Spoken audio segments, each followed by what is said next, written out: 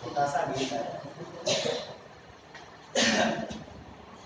कि याद करो उन वीरों को जिनकी सरहद पर जान गई, याद करो उन वीरों को जिनकी सरहद पर जान गई, याद करो उन बालाओं को जिनकी इस रण में आन गई, याद करो उन माताओं को जो अपने निज सुध खोई, याद करो उन बहनों को जो रक्षा बंधन पर थी रोई, लहू बहाकर सीमाओं पर अमन चैन का फूल खिलाया, अपने प्राणों की बलि देकर भारत माँ का मान बढ़ाया, सरहद पर मर मिटने वाले अजर अमर हो जाएंगे, मरकर भी हम इन वीरों का कैसे कर्ज चुकाएं। क्या बात है। वीरों का ये उन वीरों का हम कैसे कर्ज चुका पाएंगे जिन्होंने अपने देश सेवा के लिए अपना घर बार सब कुछ त्याग दिया।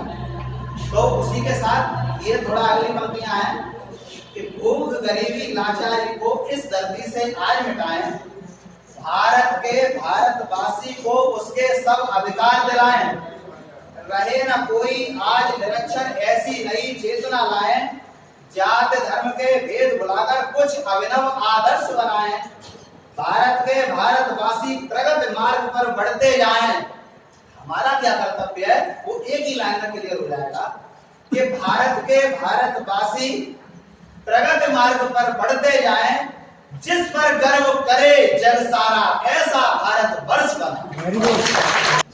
एक सुभाष चंद्र बोस जी को और आजाद जी को, भगत जी को, अशफाकुल्लाह खान जी को मैं इन्हें अपना आदर्श मानता हूँ। कभी भी खाली टाइम होता है तो मैं इनके बारे में सोचता हूँ ये किस प्रवृत्ति के व्यक्ति रहे होंगे, इनको अपने जीवन से मोह नहीं था।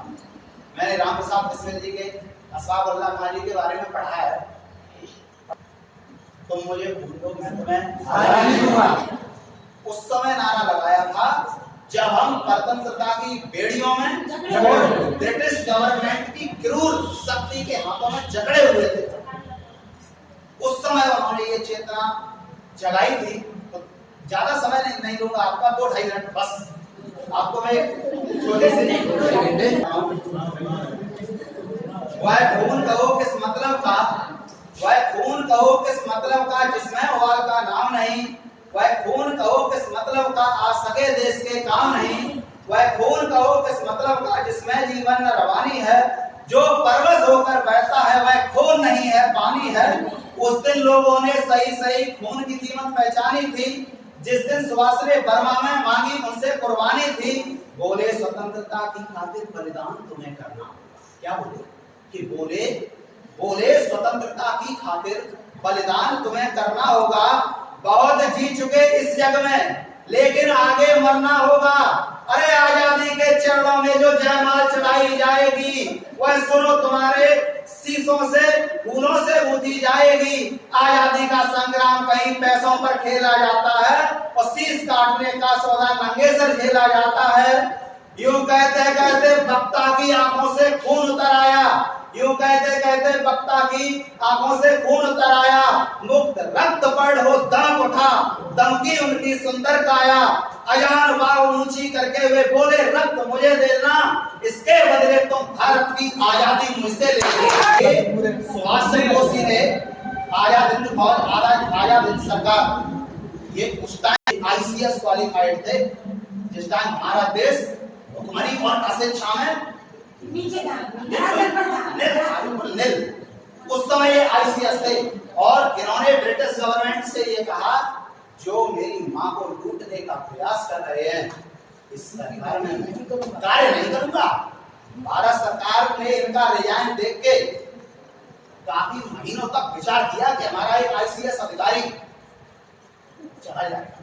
इन्होंने फिर आगे क्या कहा, हो गई सभा में उथल पुथल सीने में दिल न समाते थे, हो गई सभा में उथल पुथल सीने में दिल न समाते थे। स्वर इंकलाब के नारों के कोसों तक छाए जाते थे। हम देंगे देंगे खून शब्द बस यही सुनाई देते थे। रण में जाने को युवक खड़े तैयार दिखाई देते थे। बोले सुभाष इस तरह नहीं, बोले सुभाष इस तरह नहीं, बातों से मतलब करता है। सुभाष जी ने ये कहा हम खून देंगे नहीं, ये तरीका गलत है। बोले सुभाष इस तरह नहीं, बातों से मतलब सरता है। लो यह कागज है, यहाँ आकर कौन हस्ताक्षर करता है? इसके ऊपर इसको भरने वाले जन को सर्वस्व समर्पण करना है और तन मन अपना धन जन जीवन माता को अर्पण करना है। पर यह साधारण पत्र नहीं है, पर यह साधारण पत्र नहीं है, आजादी का परवाना है। इस पर तुमको अपने तन का कुछ उज्जवल रक्त गिराना है। वह आगे आए जिसके तन में खून भारती बहता हो। स्वासी ने ये बात कही थी, वह आगे आए जिसके तन में खून भारतीय बहता हो। वह आगे आए जो अपने को हिंदुस्तानी कहता हो। वह आगे आए जो अपने को हिंदुस्तानी कहता हो। मैं कफन बढ़ाता हूँ, आप जो इसे हंसकर लेता हो। सारी जनता हुंकार उठी, हम आते हैं, हम आते हैं। सारी जनता हुंकार उठी, हम आते हैं, हम आते हैं। और माता के चरणों में यह लोग अपना रक्त चढ़ाते हैं।